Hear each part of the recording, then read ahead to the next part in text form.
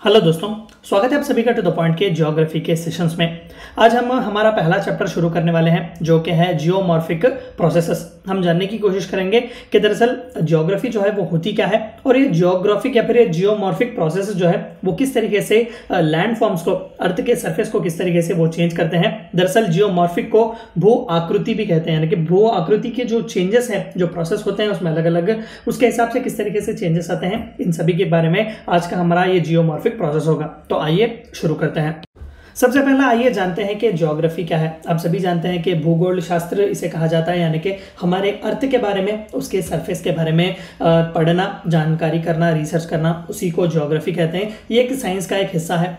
तो geomorphic processes से पहले सबसे पहले ज्योग्राफी के बारे में थोड़ा बहुत जानते हैं। Geography is a field of science devoted to the study of lands, features, inhabitants and phenomena of earth and planet. महज लैंड या फिर उसके सरफेस या फिर उसके ऊपर आने वाले अलग अलग लैंडफॉर्म्स नहीं, जैसे कि माउंटेन्स, प्लेट्यूज, बल्कि उनके इनहैबिटेंट्स के बारे में भी पढ़ना। हम ह्यूमन ज्योग्राफी में पढ़ेंगे इसके बारे में कि किस तरीके से पॉपुलेशन, माइग्रेशन वगैरह के जैसे इंपॉर्टेंट कॉन्सेप्ट जो है वो ज्योग्राफी से जुड़े हुए हैं। हम आगे के चैप्टर्स में इसके बारे में पढ़ेंगे। तो ज्योग्राफी जो है वो एक बहुत ही वाइडर कॉन्सेप्ट है, जहां पर महज हम सरफेस के बारे में नहीं, सरफेस और उस पर इनहैबिटेंट जो कोई भी है, ह्यूमंस हो, प्लांट्स हो, एनिमल्स हो, उनके बीच के इंटरैक्शन के बारे में भी हम जानने की कोशिश करेंगे, हम पढ़ेंगे। और ये महज अर्थ नहीं, बाकियों के प्लैनेट के बारे में भी स्टडी करना या फिर उनके सरफेस के बारे में पढ़ने को भी हम ज्योग्राफी कह सकते हैं।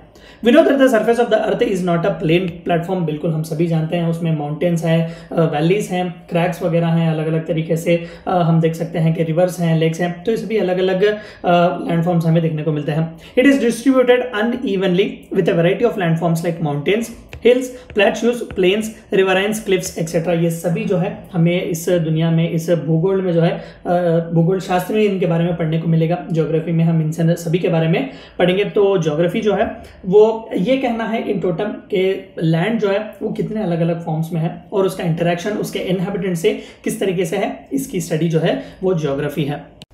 तो आइए जियोमॉर्फिक प्रोसेस के बारे में जानते हैं कि यही जो चेंजेस जो इस ज्योग्राफी में आते हैं उसे पढ़ने को या फिर उसकी जानकारी रखने को जियोमॉर्फिक प्रोसेस कहा जाता है। यानी कि इस ज्योग्राफी में किस तरीके से चेंजेस आ रहे हैं, लैंडफॉर्म्स में भी जो हमने कहा कि माउंटेन्स, प्लेट्यूज वगैरह किस तरीके से चेंजेस वगैरह आ रहे हैं, उसे स्टडी करने, साइंटिफिकली जिसे स्टडी करते हैं उसे जियोमॉर्फिक प्रोसेस कहा जाता है। इस प्रोसेस को the formation and deformation of landforms, अभी जैसे कि हमने कहा, on the surface of the earth are a continuous process which is due to the continuous influence of external and internal forces।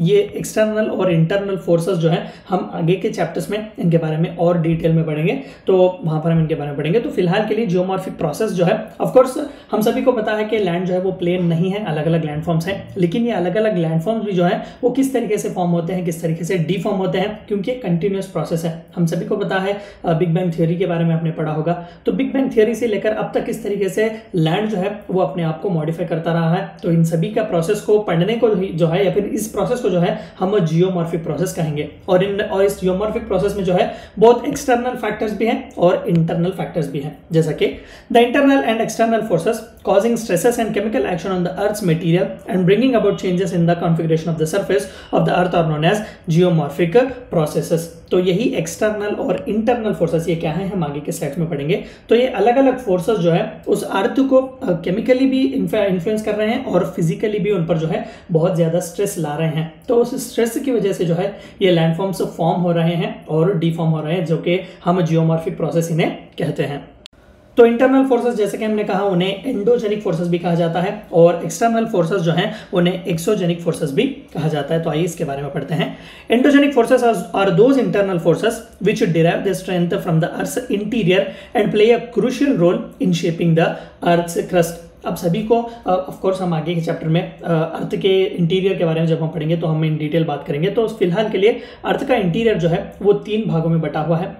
जो आउटर लेयर है, यानी कि वो जो सॉइल जिस पर हम चलते फिरते हैं, उसे क्रस्ट कहा जाता है। और इस क्रस्ट के इमीडिएट नीचे जो है लिक्विड फॉर्म में हमें एक एस्थेनोस्फीयर देखने को मिलेगा, उसे मैंटल कहा जाता है। और फाइनली कोर हमें देखने को मिलता है, जहां पर बहुत ज्यादा टेम्परेचर होता है, लगभग 6000 डिग्री सेल्सियस तक माना जाता है। तो ये 3 अलग अलग जो है हमें लेयर्स अर्थ के इंटीरियर में देखने को मिलेंगे। तो एंडोजेनिक फोर्सेस जो है वो इसी इंटीरियर में किसी भी तरीके के चेंजेस आने की वजह से ऊपरी तल पर जो लैंडफॉर्म्स में चेंज आते हैं उसे एंडोजेनिक फोर्सेस हम हम कहते हैं। बेस्ट एग्जांपल अर्थक्वेक हैं या फिर वॉल्केनिज्म है, वॉल्केनिक एरप्शन वगैरह होते हैं। तो ये सभी इंटरनल प्रोसेस हैं, ये सभी जो है अंदरूनी चीजें हैं, यानी कि अर्थ के इंटीरियर से आने वाले चेंजेस हैं। तो इस तरीके के चेंजेस की वजह से हमें सरफेस पर किसी भी तरीके का चेंज अगर देखने को मिलेगा तो उसे एंडोजेनिक फोर्स कहा जाएगा, यानी कि यहाँ पर अर्थक्वेक या फिर वॉल्केनो जो है वो एंडोजेनिक फोर्स होंगे। For example mountain building forces, continent building forces, earthquakes, volcanism etcetera, इस तरीके के अलग अलग फोर्सेस जो है हम माउंटेन बिल्डिंग फोर्सेस और कॉन्टिनेंट बिल्डिंग फोर्सेस के बारे में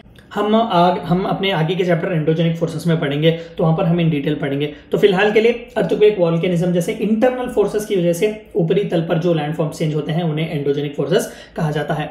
तो एक्सोजेनिक फोर्सेस क्या है? दे आर एक्सटर्नल फोर्सेस, यानी कि इंटरनली नहीं एक्सटर्नली जो है ये इन पर प्रभाव होता है। Are those forces which derive their strength from the earth's exterior और are originated within the earth's atmosphere, यानी कि बाहरी तौर पर से किसी भी तरीके का फोर्स जो है वो इन लैंडफॉर्म्स पर प्रेशर होने की वजह से इन लैंडफॉर्म्स में अगर चेंज आए तो उसे एक्सोजेनिक फोर्सेस कहा जाएगा। For example withering, mass movements, halogen, deposition, ये सभी जो है विंड के मूवमेंट्स की वजह से, या फिर विदरिंग जिसके बारे में हम आगे के चैप्टर में इन डिटेल पढ़ेंगे। तो विदरिंग से भी जो है कई बार डिपोजिशन और एरोजन होता है, लैंडफॉर्म्स जो है वो चेंज होते हैं। तो इस तरीके के एक्सटर्नल फोर्सेस जो है उन्हें एक्सोजेनिक फोर्सेस कहा जाएगा। याद रखिएगा कि दो इंपॉर्टेंट फोर्सेस हैं, internal and external, that is endogenic and exogenic forces.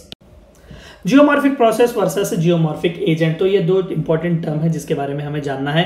Of course geomorphic process जो है वो एक प्रोसेस है, एजेंट जो है वो it is actually the factor which is responsible.